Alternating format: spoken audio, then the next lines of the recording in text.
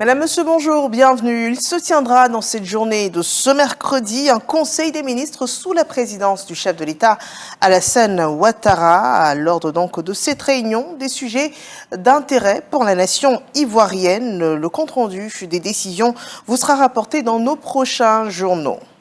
Édition, œuvres, livres, lecture, littérature, un beau champ lexical qui annonce l'ouverture du SILA 2025, une 15e édition du Salon international du livre d'Abidjan qui se tient jusqu'au 10 mai prochain. Un grand rendez-vous du livre ouvert au parc des expositions d'Abidjan sous le thème Livre Racine.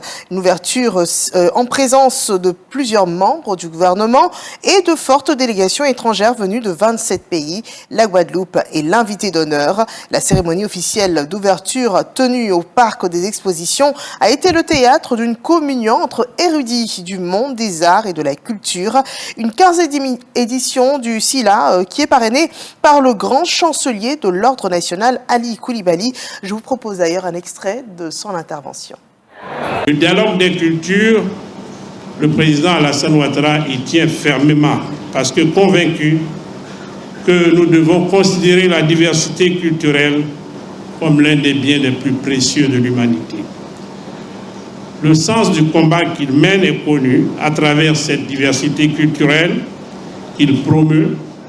Le but qu'il s'assigne, c'est de faire conjuguer cette singularité culturelle, l'idée d'un progrès de l'humanité qui procède nécessairement de la complémentarité avec de la tolérance et du dialogue.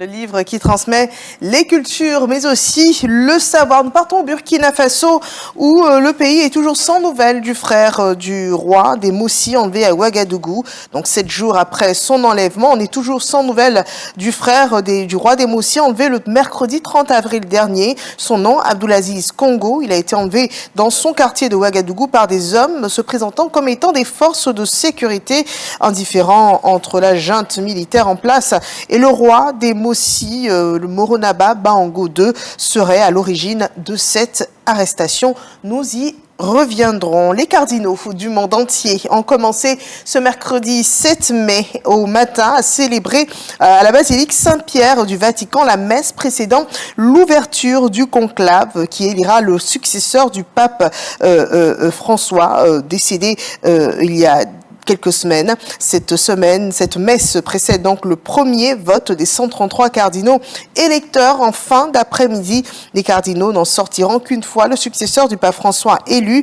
Une première fumée sortira de la cheminée de la chapelle Sixtine autour de 19h, heure locale aujourd'hui. Et dès demain, jeudi 8 mai, les cardinaux voteront 4 fois par jour, 2 fois le matin, 2 fois l'après-midi.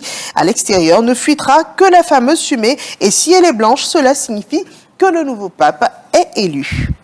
Des frappes entre l'Inde et le Pakistan font des dizaines de morts. L'Inde a mené 24 frappes sur 6 endroits au Pakistan la nuit dernière.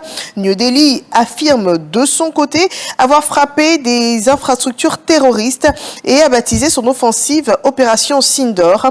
L'armée indienne dit avoir détruit 9 camps terroristes sur le territoire pakistanais après l'attentat du 22 avril dans le Cachemire. Le Pakistan lui a répliqué avec des tirs d'artillerie sur le territoire indien et dit avoir abattu 5 avions. Chaque pays fait état de dizaines de morts des personnes civiles.